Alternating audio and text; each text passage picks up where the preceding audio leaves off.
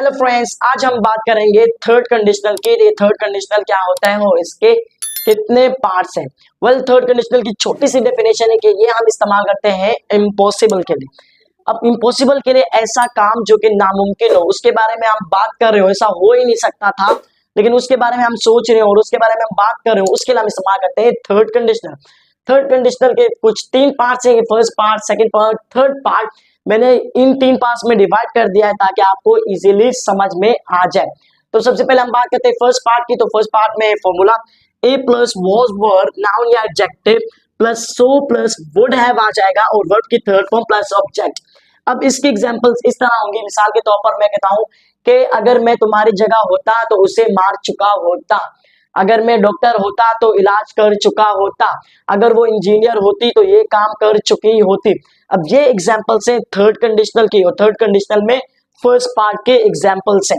अब यहां पर एक और एग्जांपल देखते हैं। मैं कहता हूं कि इफ शी वर डॉक्टर, अगर वो डॉक्टर होती तो वो इलाज कर चुकी होती। She would have treated. इसी तरह मैं कहता हूं कि इफ आई वर यू, अगर मैं आपकी जगह होता या अगर मैं तुम्हारी जगह होता। इफ आई वर यू या if I were in your place, चलो यूं कर लेते हैं, if I were in your place तो मैं वहां जा चुका होता। I would have gone there. अब इसी तरह हम बात करते हैं सेकंड पार्ट की। तो सेकंड पार्ट में आ जाएगा इफ प्लस पास्ट परफेक्ट आ जाएगा और सिंपल वही फॉर्मूला रहेगा, सब्जेक्ट आएगा, वुड हैव आएगा और वर्ब की थर्ड फॉर्म। इसके एग्जांपल्स यूं लेते हैं। मैं कहता हूं कि अगर आप प्रैक्टिस कर चुके होते तो आज आप अच्छा खेल चुके होते, अगर आप इंग्लिश की प्रैक्टिस कर चुके होते तो आप पार्टिसिपेट कर चुके होते। तो ये एग्जांपल से सेकंड पार्ट की third condition.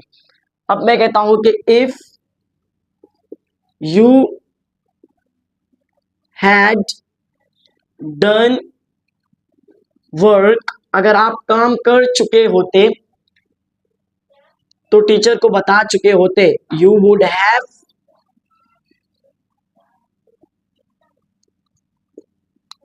Told to teacher. तो ये था हमारा सेकंड पार्ट। अब हम बात करते हैं थर्ड पार्ट की। तो थर्ड पार्ट में आ जाएगा if plus subject plus had plus subject plus would have verb की थर्ड फॉर्म प्लस ऑब्जेक्ट। अब यहाँ पर एक बात याद रखना, यहाँ पर टेंस की बात हो रही थी, यहाँ पर हेड एज अ टेंस नहीं है बल्कि हेड एज अ पोजेशन है। अगर मेरे पास कुछ होता तो आपको दे चुका होता, अगर हमारे पास गाड़ी होती तो हम चला चुके होते। अब यहाँ पर एज अ पोजेशन के लिए इस्तेमाल कर रहे हैं। मैं कहता हूं कि इफ आई हैड मनी, अगर मेरे पास पैसे होते तो आपको दे चुका होता। I would have given to you. इसी तरह मैं कहता हूं कि अगर उसके पास गाड़ी होती तो वो चला चुकी होती। If she had car so she would have driven. तो ये था हमारा थर्ड कंडीशनल। थर्ड कंडीशनल में तीन पार्ट्स होते हैं जैसे अभी हमने डिस्कस किया, फर्स्ट पार्ट, सेकंड पार्ट और थर्ड पार्ट। और थर्ड कंडीशन हम इस्तेमाल करते हैं इम्पॉसिबल के लिए।